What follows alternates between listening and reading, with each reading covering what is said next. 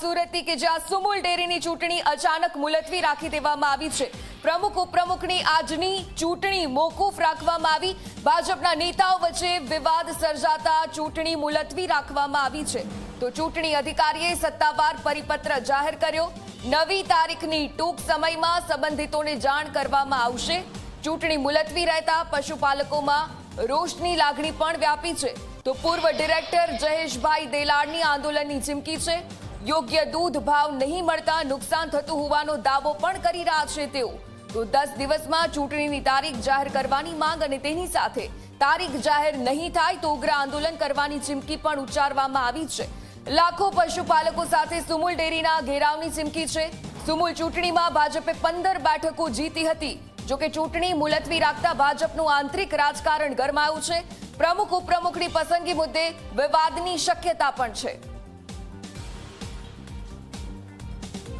સુમુલ ડેરીની આજે પ્રમુખ ઉપપ્રમુખની ચૂંટણી હતી, પણ જે રીતે મેન્ડેટ આપવામાં ભારતીય જનતા પાર્ટીમાં જે યાદવાસ્તરી થઈ છે અને કારણે આજે આ પ્રમુખ ઉપપ્રમુખની ચૂંટણી મુલતવી રાખી છે।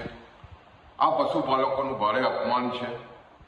1 વર્ષથી સહકાર વિભાગની મનમાનીને કારણે ચૂંટણી ન થવાને કારણે વહીવટદાર મુકાયા। વહીવટદારની મુદત 12મી ઓગસ્ટે પતી હતી, છતાં મુદતો લંબાવવામાં નથી આવી। 17મી જુલાઈએ ચૂંટણીના પરિણામ આવ્યા। આજે 1 મહિનો થઈ ગયો, પ્રમુખ ઉપપ્રમુખની ચૂંટણીની તારીખો જાહેર થઈ, પણ જે રીતે આજે ચૂંટણી રદ કરવામાં આવી છે, પશુપાલકોનું ભારે અપમાન કરવામાં આવ્યું છે।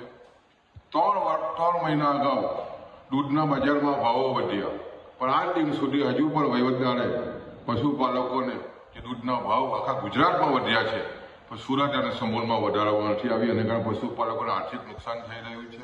પ્રમુખ ઉપપ્રમુખની ચૂંટણી ન જાહેર કરવામાં આવે તો લાખો પશુપાલકો સાથે ગાંધી ચિંધ્યા માર્ગે અમે સમૂહનો ઘેરાવ કરીને પશુપાલકોના હાથમાં આ વહીવટ સોંપવા માટેની તૈયારી સાથે અમે આંદોલન કરવા જઈ રહ્યા છીએ।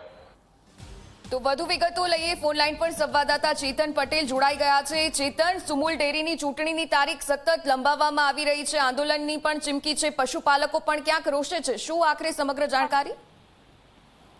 જી બિલકુલ થી વર્ષે 10,000 કરોડનું ટર્નઓવર ધરાવતી સુરત સુમુલ ડેરીની જે ચૂંટણી જે છે તે ચાલી હતી અને તેમાં ભાજપના 16માંથી 15 જેટલા જે ઉમેદવારો છે તે વિજય બન્યા હતા। આજે બપોરના સમયે જે પ્રમુખ છે તે પ્રમુખ અને ઉપપ્રમુખને મેન્ડેટ આપનાર હતું, પરંતુ એક જ જે આ મેન્ડેટની જે કાર્યવાહી છે તે હાલ પૂરતી સ્થગિત રાખવાનો એક નિર્ણય કરવામાં આવ્યો હતો, જેને લઈને સુમુલ ડેરીના પૂર્વ ડિરેક્ટર જયેશ દેલાડ દ્વારા આક્ષેપ કરવામાં આવ્યો છે કે ભાજપમાં ચાલી રહેલી આંતરિક ખેંચાણ અને સરકારી વિભાગની મનમાની કારણે આ ચૂંટણી જે છે તે પાછી ઠેલાયો હોવાનો આક્ષેપ જે છે તે કરવામાં આવ્યો છે। હાલ તો જયેશ દેલાડ દ્વારા 10 દિવસનું અલ્ટિમેટમ આપવામાં આવ્યું છે। જો 10 દિવસમાં પ્રમુખ અને ઉપપ્રમુખની ચૂંટણીની તારીખો જાહેર કરવામાં નહીં આવશે તો લાખોની સંખ્યામાં જે પશુપાલકો છે તે ગાંધી ચિંધ્યા માર્ગે સુમુલ ડેરીનો ઘેરાવ કરી ઉગ્ર આંદોલન કરવાની પણ ચીમકી ઉચ્ચારવામાં આવી છે। મહત્વની વાત છે કે આજે ક્યાંક પ્રમુખ અને ઉપપ્રમુખના નામની જાહેરાત થનાર હતી અને આજે જ ફોર્મ ભરનાર હતું, પરંતુ એકાએક